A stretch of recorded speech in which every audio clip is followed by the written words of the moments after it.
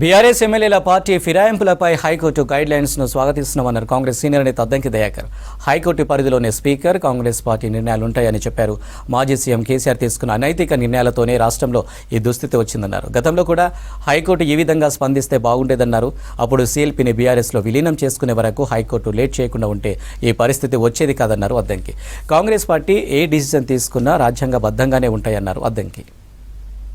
తెలంగాణలో బీఆర్ఎస్ ఎమ్మెల్యేలు party మారడాన్ని high court ప్రశ్నిస్తూ స్పీకర్ కు సంబంధించిన అంశంలో కొన్ని గైడెన్స్ ఇవ్వడం అనేది ఆశించదగినదే, ఆహ్వానించదగినదే. అయితే స్పీకర్ డిస్క్రిషన్ కూడా ఉంటున్న పరిస్థితుల్లో స్పీకర్ ఏ విధంగా స్పందిస్తారు అది అనేది చూడాల్సిన అవసరం ఉంది. కాంగ్రెస్ పార్టీగా రాజ్యాంగబద్దంగా చట్టపరంగానే నిర్ణయాలు ఉంటాయి డెఫినెట్ గా.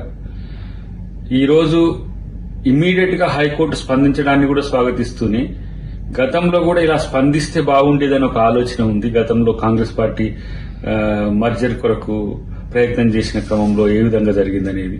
కానీ ఈ అంశం బీఆర్ఎస్ ఎమ్మెల్యేల పార్టీ మార్పు అనేది కేసీఆర్ వైఫల్యం నుంచే వస్తుందనేది తెలుసుకోవాల్సిన అవసరం ఉంది.